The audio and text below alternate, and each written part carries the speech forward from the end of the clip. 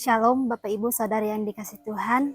Puji syukur di pagi hari ini kita berkumpul kembali itu semua karena kasih dan pertolongan Tuhan.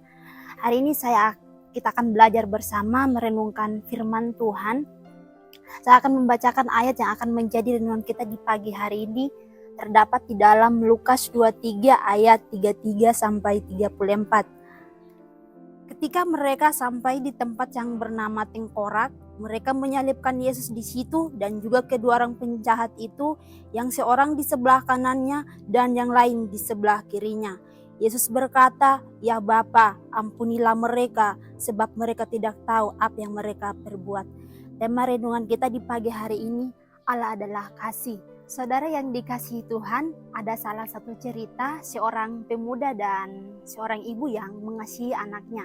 Pemuda tersebut mau dihukum mati dengan cara digantung oleh seorang petugas sambil menuju ke tiang gantungan. Terlintas di pikirannya, ibunya yang satu-satunya keluarganya sedang menangisi. Sementara hukuman terhadap pria tersebut akan dilaksanakan setelah lonceng berbunyi. Dia sudah pasrah dan menunggu ajarannya. Namun setelah lonceng berbunyi, ibunya langsung menjepitkan diri di dalam lonceng itu.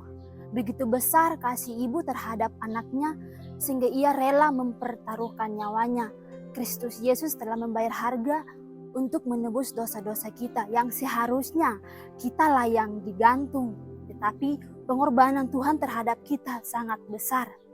Lalu mengapa Tuhan Yesus rela untuk disalib? Yang pertama, karena Tuhan Yesus mengasihi umatnya. Terdapat di ayat 34, di sini sangat menjelaskan bahwa, "Ya Bapa, ampunilah mereka, sebab mereka tidak tahu."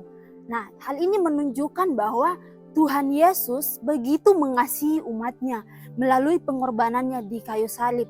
Hal inilah yang perlu kita contoh sebagai orang-orang Kristen yang sejati. Ketika ada orang yang melakukan kesalahan atau permasalahan terhadap kita, maka hal yang perlu kita lakukan adalah mengampuni orang yang berbuat salah kepada kita. Seperti yang Tuhan Yesus lakukan sendiri.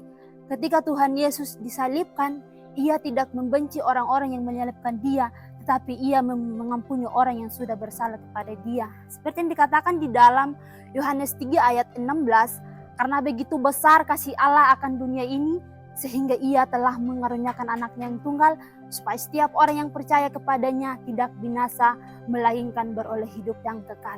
Pengorbanan kasih Tuhan terhadap kita sangat besar. Jadi Bapak Ibu Saudari yang dikasih Tuhan, mari kita belajar bersama untuk tetap percaya kepada Tuhan, bahwa Tuhan akan selalu ada bersama kita. Dia begitu besar mengasihi kita. Dia tidak pernah meninggalkan kita sedikit pun. Ketika kita selalu percaya kepada Tuhan, maka kita akan hidup di dalam kasih Tuhan, dan Tuhan akan membawa kita dalam kemenangan, sebab Dia adalah kasih. Amin untuk firman Tuhan. Tuhan Yesus memberkati.